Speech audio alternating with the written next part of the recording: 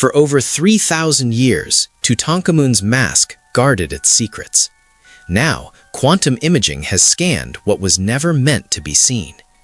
Hidden structures, anomalies, and details that defy everything historians believed. Some say this changes Egyptian history forever. Join us as we discover what quantum scans revealed inside Tutankhamun's mask. Let's go. Number 9. Pompeii Plaster Casts. August 24, 79 CE. Mount Vesuvius erupts, burying the Roman city of Pompeii under 20 feet of volcanic ash and pumice. Roughly 2,000 people die, trapped in their homes or fleeing through the streets.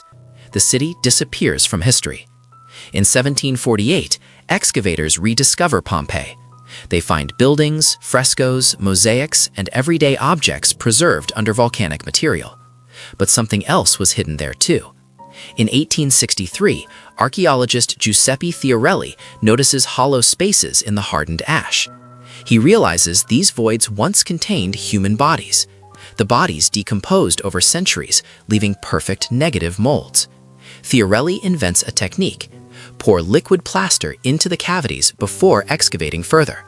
When the plaster hardens, carefully remove the surrounding ash. What emerges are exact replicas of Pompeii's final moments. The casts show people frozen in their last seconds, a family huddled together, a man covering his face from toxic fumes, a pregnant woman curled in fetal position, a dog straining against its chain.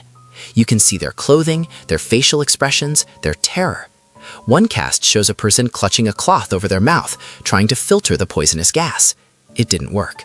The volcanic cloud reached temperatures of 570 degrees Fahrenheit. Most victims died instantly from thermal shock, not suffocation. Their brain tissue boiled, their skulls exploded. Then the ash buried them where they fell, preserving their final postures for 2,000 years. Fiorelli's plaster cast technique revolutionized archaeology. It proved that absence can be as informative as presence. What's missing from an excavation site can reveal as much as what's found. Over 100 casts have been made. They're displayed throughout Pompeii, still lying where they died, silent witnesses to one of history's most famous disasters. Number 8. Sutton Hoo Ship Burial. Summer 1939, Edith Pretty, a widow in Suffolk, England, hires archaeologist Basil Brown to excavate mysterious mounds on her estate. Brown begins digging the largest mound. 6 feet down, he finds iron rivets arranged in a line. He's found a ship, an Anglo-Saxon burial ship from around 625 CE, buried 1,300 years ago. The wooden vessel is 88 feet long. The wood has rotted away, but the iron rivets remain in place, marking the ship's exact outline in the soil. At the ship's center lies a burial chamber. Inside, the most magnificent treasure ever found in Britain. A helmet with a face mask, gold shoulder clasps inlaid with garnets, a gold belt buckle weighing nearly a pound, silver bowls from Byzantium, an iron standard, a sword with a jeweled hilt, drinking horns, a lyre, 37 gold coins. Whose burial is this? Probably King Raedwald of East Anglia, who died around 625 CE. No body was found. Either it completely dissolved in the acidic soil, or this was a memorial burial without a corpse. The treasure reveals that Anglo-Saxon England wasn't a barbaric backwater. These were sophisticated people with international trade connections, masterful metalworking skills, and complex burial rituals.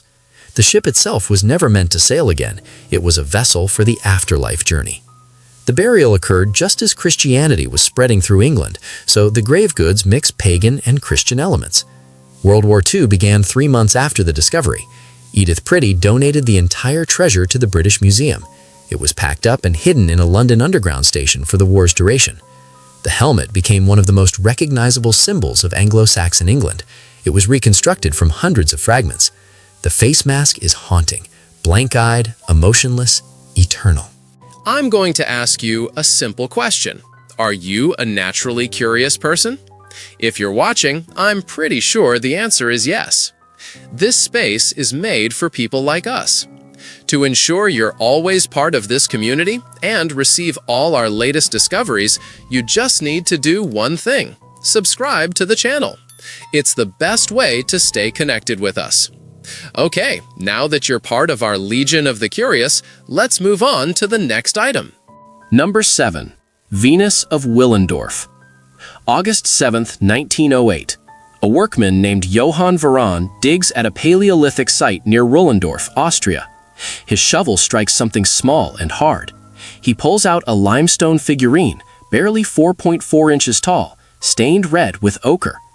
Archaeologists Joseph Sambathi, Hugo Obermeier, and Joseph Bayer immediately recognize what they found, one of the oldest sculptures of a human figure ever discovered. The Venus of Willendorf dates to approximately 30,000 years ago. When this figurine was carved, mammoths still wandered Europe. The wheel wouldn't be invented for another 24,000 years. The Egyptian pyramids were 25,000 years in the future. Someone carved this tiny statue before any civilization existed, when humans lived in small nomadic groups, hunting and gathering. The figure depicts a naked woman with exaggerated breasts, belly, and hips. Her arms are barely suggested, crossed over her chest. Her face is blank, no eyes, nose, or mouth. Her head is covered with what appears to be braided hair or a woven cap, carved in intricate horizontal bands. The sculptor emphasized body parts associated with fertility and childbearing, while minimizing everything else. The figurine was carved from oolitic limestone, a type of rock that doesn't exist anywhere near Willendorf. In 2022, researchers used micro-CT scans to analyze the stone's internal structure. They traced its origin to northern Italy, near Lake Garda, more than 400 miles away across the Alps. Someone carried this figurine hundreds of miles during the Ice Age. Why create this figure? Nobody knows for certain.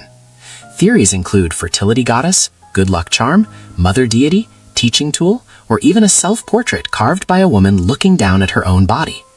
The figurine is too small to stand on its own. It may have been carried as a personal object or worn as a pendant. Currently housed in Vienna's Natural History Museum, it remains one of humanity's earliest surviving artworks. Number 6. Tutankhamun Meteorite Dagger. Wrapped in the linen bandages around King Tut's mummified thigh, Howard Carter found 2 daggers in 1925. One had a gold blade. The other had an iron blade with a decorated gold handle ending in a crystal knob, enclosed in a gold sheath decorated with feathers, lilies, and a jackal's head. That iron dagger shouldn't exist. Tutankhamun died in 1323 BCE during the Bronze Age. The Iron Age didn't begin until 1200 BCE. Egypt wouldn't master iron smelting until 600 BCE. Yet here was a perfectly crafted iron blade buried with a teenage pharaoh. For decades, scholars wondered, where did this iron come from? In 2016, Italian researchers used X-ray fluorescent spectrometry to analyze the blade without damaging it. The results stunned the archaeological world. The blade contained 10.8% nickel and 0.58% cobalt. That ratio matches meteorites, not terrestrial iron ore. Earthly iron never contains more than 4% nickel. The dagger was forged from a meteorite that fell from space. In 2022, Japanese scientists conducted deeper analysis and found a Widmanstätten pattern, a cross-hatched crystalline structure that only forms in meteorites as they cool in space over millions of years. The pattern proves the blade was never heated above 1,700 degrees Fahrenheit, meaning ancient craftsmen used low-temperature forging, carefully hammering the space metal into shape. Ancient Egyptians called iron metal from heaven. They knew it came from the sky. During Tutankhamun's time, iron was rarer and more valuable than gold. The Amarna letters, diplomatic correspondence from the 14th century BCE, mention that King Tushratta of Mitanni sent iron objects as royal gifts to Tutankhamun's grandfather, Amenhotep III. The dagger may have been that gift, passed down through generations. The boy king was buried with a weapon literally made from the stars. Number 5. Tutankhamun Death Mask. November 4, 1922. British archaeologist Howard Carter makes a small opening in a sealed doorway in Egypt's Valley of the Kings. He holds a candle through the hole. His sponsor, Lord Carnarvon, asks, "Can you see anything?" Carter replies, "Yes, wonderful things." Inside tomb KV62 lies the mummy of Tutankhamun, an 18-year-old pharaoh who died around 1323 BCE. The body rests inside 3 nested coffins. The innermost coffin is solid gold. On the mummy's head, a death mask weighing 22 pounds of solid gold, inlaid with lapis lazuli, turquoise, obsidian, and quartz. The mask's eyes seem alive. For ancient Egyptians, gold wasn't decoration, it was divine flesh. This mask was sacred technology to help the pharaoh's soul recognize his body in the afterlife. Without it, his spirit would wander forever. But something's wrong. The mask has pierced ears. Only children and women wore earrings in ancient Egypt. Adult male pharaohs never appeared with pierced ears. Never. Some scholars believe the mask was originally made for someone else, Queen Nefertiti, Tutankhamun's stepmother, who may have ruled as pharaoh before him. When Tut died suddenly, priests had 70 days to complete his burial, no exceptions. They couldn't make a new mask in time, so they took Nefertiti's mask, sealed the ear piercings with gold, and changed the inscriptions. X-ray fluorescence studies showed different gold compositions in different parts of the mask, supporting this theory. In 2014, workers at the Egyptian Museum accidentally broke the mask's braided beard. They panicked and glued it back with epoxy from a hardware store. The botched repair was visible. International conservators had to remove the glue and properly reattach the beard with beeswax, the same method ancient artisans used. Number 4. Iceman Ötzi. September 19, 1991. German hikers Helmut and Erika Simon trek through the Ötztal Alps on the Austrian-Italian border, 10,530 feet above sea level. They spot something brown protruding from melting glacier ice. They think it's a deceased mountaineer. Alpine police attempt to extract the body with a jackhammer and ice axes, damaging the corpse's hip. Nobody realizes what they've found until archaeologist Konrad Spindler examines the copper axe buried with the body. Copper axes like this weren't used in the 20th century. This isn't a modern hiker. This is a 5,300-year-old mummy, the oldest naturally preserved human ever found in Europe. Ötzi died around 3300 BCE during the Copper Age. The glacier preserved him almost perfectly. His internal organs are intact, his eyeballs survived. Scientists can see what he ate for his last meal: ibex meat, red deer, einkorn wheat, and toxic fern. He had 61 tattoos, simple lines and crosses over his joints, probably for pain relief. He wore a cloak made of woven grass, a coat of goat and sheep leather, a bearskin cap, and shoes insulated with grass. He carried a copper axe, a flint knife, a quiver with 14 arrows, and a partially finished longbow. He had a birch bark container holding embers wrapped in maple leaves, a portable fire-starting kit. How did he die? CT scans in 2001 found an arrowhead lodged in his left shoulder. Someone shot him from behind. He bled to death in the mountains and froze in a rocky depression. The glacier sealed over him. He lay there for 53 centuries until global warming released him. 8 people connected to his discovery have since died under mysterious circumstances, sparking rumors of a curse. Scientists dismiss this as coincidence. Number 3. Tutankhamun Canopic Shrine. Against the east wall of Tutankhamun's treasury chamber stood a towering structure that made Howard Carter stop and stare. A gilded wooden shrine, nearly as tall as a man, sat on a wooden sledge. 4 corner posts supported a roof decorated with a frieze of rearing cobras, each wearing a solar disk. 4 goddesses stood carved in relief on the shrine's sides, arms outstretched in eternal protection. Inside this outer shrine sat an alabaster chest carved from a single block of stone. Unlike typical canopic chests that contain 4 separate jars, this one was carved into 4 compartments. Each compartment held a miniature gold coffin, exquisitely detailed, containing one of the king's preserved internal organs. During mummification, embalmers removed the liver, lungs, stomach, and intestines. These organs were dried, wrapped, and placed in the miniature coffins. Each tiny coffin resembles Tutankhamun's actual burial coffins, similar face, similar decorations, just scaled down to about 16 inches long. The lids of the alabaster compartments feature the king's face carved in calcite, each one slightly different. Ancient Egyptians believed the organs needed protection for the afterlife journey. Without them, the deceased couldn't live eternally. The 4 goddesses protecting the shrine, Isis, Nephthys, Neith, and Selket, each guarded one specific organ. A life-size statue of the goddess Selket stood beside the shrine. She has a scorpion on her head, arms spread wide in protection. Her face, carved in wood and covered in gold, wears an expression of fierce alertness. The entire assemblage, shrine, chest, coffins, organs, and guardian goddess, represents ancient Egypt's most elaborate preservation system. They treated death as preparation for eternal life. Every detail mattered. The spells carved on the shrine promised divine protection. The gold ensured the organs would be recognized as royal. Nothing was left to chance. Number 2. Rosetta Stone. July 15, 1799. French soldier Pierre-François Bouchard supervises the demolition of an old wall near the town of Rosetta in Egypt. His crew uncovers a dark stone slab covered in 3 different scripts. Bouchard recognizes this isn't ordinary rubble. The stone measures 3 feet 9 inches tall and weighs 1,680 pounds. Napoleon scholars in Cairo immediately understand what they found: the same text written in ancient Greek, Demotic Egyptian, and hieroglyphics. For 1,400 years, nobody could read hieroglyphics. The last inscription was carved around 400 CE, then the knowledge vanished. Scholars knew ancient Greek fluently, so the Rosetta Stone became a translation key, but cracking the code took 23 years. Thomas Young figured out that the oval shapes called cartouches contained royal names.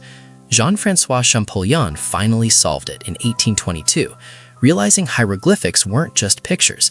They represented sounds, ideas, and grammar combined. The text itself? Boring. It's a decree from 196 BCE praising teenage pharaoh Ptolemy V. Priests placed copies in temples across Egypt. At least 29 similar stones existed. Most are lost. But this one changed everything. When the British defeated Napoleon in 1801, they seized the stone. It's been in the British Museum ever since, though Egypt wants it back. The discovery unlocked 3,000 years of silent history. Suddenly, scholars could read tomb inscriptions, medical texts, love poetry, and religious spells. Dead civilizations spoke again. The stone wasn't originally in Rosetta. It was probably recycled as building material from a temple further inland, and ended up in a fortress wall centuries later, waiting for a French soldier to break it free. Number 1. Tutankhamun Shoptis. Scattered throughout Tutankhamun's tomb, Carter found 413 small figurines called shoptis, miniature servants designed to perform labor in the afterlife. Ancient Egyptians believed the dead would be called upon to work in the field of reeds, Paradise's agricultural fields. Wealthy individuals hired proxies. Shoptis were those proxies, magical workers activated by spells to serve the deceased eternally. The ideal number was 401, 365 worker shoptis, one for each day of the year, plus 36 overseer shoptis, one for every 10 workers, organized into crews like construction teams. Tutankhamun's tomb contained 413, the complete set plus 12 monthly foremen. Each shopti is about 8 inches tall, mummiform in shape, wrapped like a miniature mummy. Most are made of wood, faience, glazed ceramic, or limestone. Many are inscribed with the Shopti spell from the Book of the Dead, commanding them to answer when called. O Shopti, if the king is called to do any work in the afterlife, you shall say, "Here I am, I will do it." The finest Shoptis are carved from calcite or serpentine and covered in gold.